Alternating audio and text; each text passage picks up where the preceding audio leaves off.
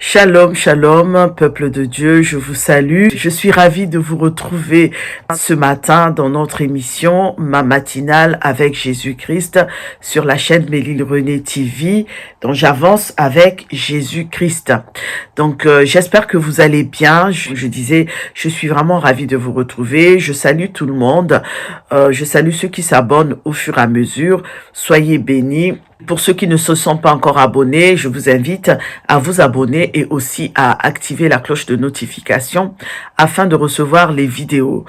Nous allons parler de la présence de Dieu dans la vallée de Bakam. Donc, hier, nous avons parlé de la présence de Dieu. Qu'est-ce que la présence de Dieu?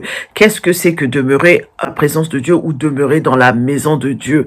Nous avons essayé de définir tous ces termes et nous avons aussi parlé de la joie que procure la présence de Dieu. Donc, aujourd'hui, nous allons continuer. Donc, hier, nous avons lu le psaume 84 du verset 1 jusqu'au verset 5 et aujourd'hui, nous allons continuer du verset 6 jusqu'au verset 7.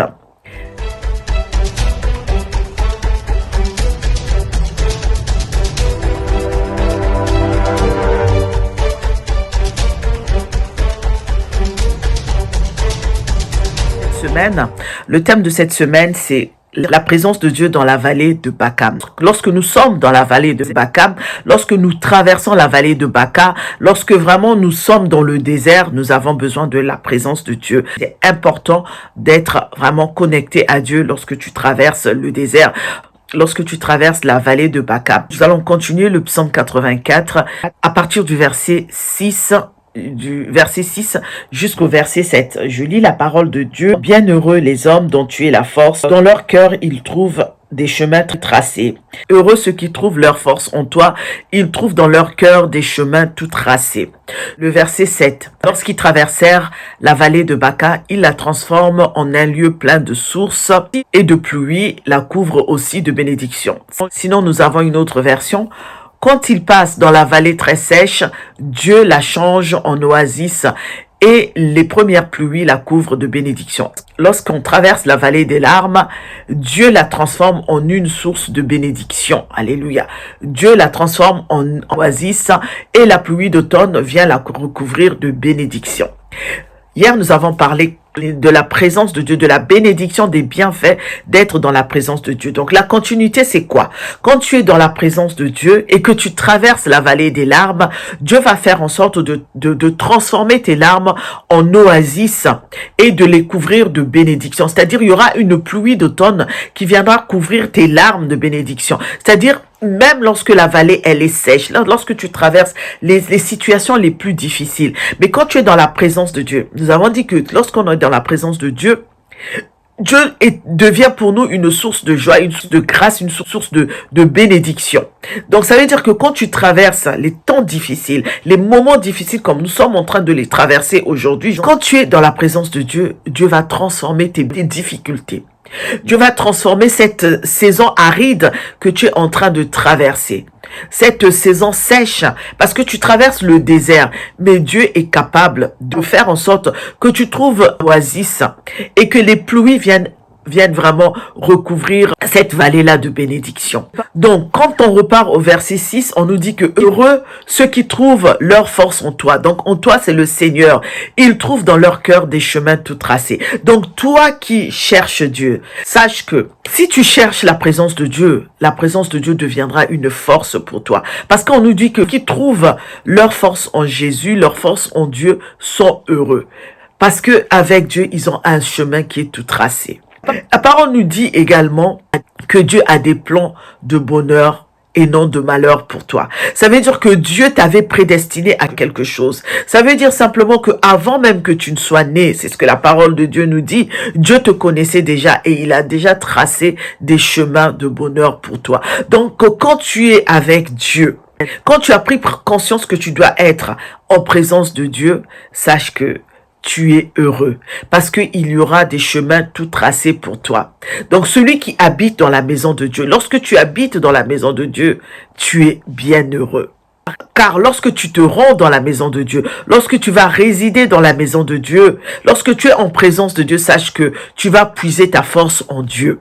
Tu vas puiser ta communion, mais vraiment ta communion avec lui. Tu sais où tu vas aller parce que Dieu te parle, parce que Dieu te coach, parce que Dieu va tracer un chemin pour toi. Dieu va te situer, Dieu va te coacher, Dieu va t'accompagner, Dieu va te montrer le chemin que tu dois suivre. Voilà pourquoi il est bien de demeurer dans la présence de Dieu. Il est bien de demeurer dans la maison de Dieu, d'y résider parce que avec lui, nous avons un chemin qui est tracé. Avec lui, nous savons où aller. Alléluia. Même si on a tracé pour toi un chemin aride, un chemin de difficulté, un chemin de larmes, mais sache que si Dieu permet que tu puisses y passer, ça veut dire qu'il a une solution pour toi. Parce que les plans sont déjà tracés. C'est quand nous lisons le verset 6, on nous dit, bienheureux les hommes dont tu es la force.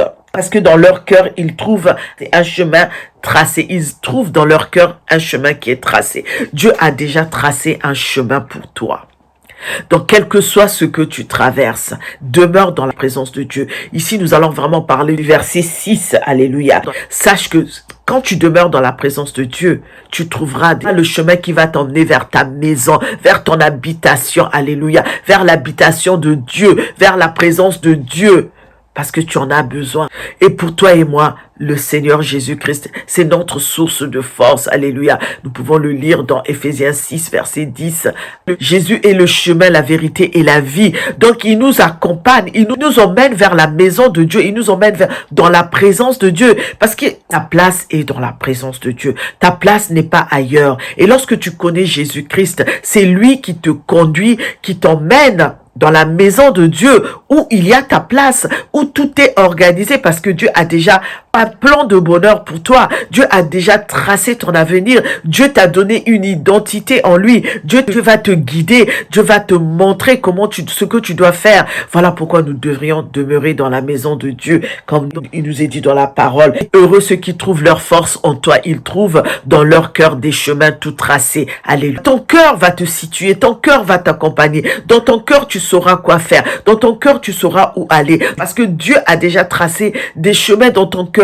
Nous avons fini, mais vraiment, je vous dis à très bientôt. Que Dieu nous bénisse, que Dieu nous garde. Ceux qui sont dans la présence de Dieu trouvent vraiment des chemins tout tracés et ils trouvent aussi leur force. Donc, toi et moi, pour avancer avec l'Éternel, pour avancer avec Jésus-Christ, nous devons puiser notre force dans l'Éternel. Nous devrions demeurer dans la présence de l'Éternel. Mais comme je dis toujours, nous sommes des courageux et nous sommes des courageuses. Nous allons continuer d'avancer, quels que soient les problèmes. Je vous dis à très bientôt. Soyons en paix. Restons en paix surtout. Restons en paix. Les difficultés sont là dans la vie de tous les jours. Mais restons et soyons en paix. Que Dieu nous bénisse. Ceux qui ne sont pas encore abonnés à cette chaîne, je vous invite à vous abonner et aussi à activer la cloche de notification afin de recevoir les vidéos. Je vous dis à très bientôt. Au revoir.